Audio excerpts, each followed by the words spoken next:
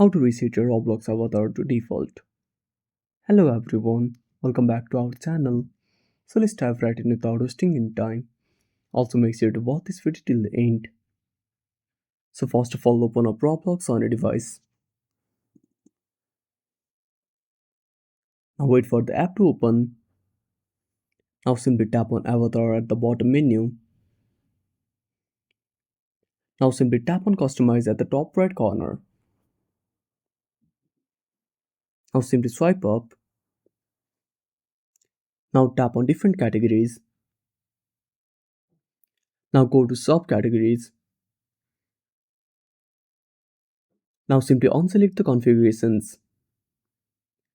Now for example, if I go to here and I have selected this here, now simply unselect this option.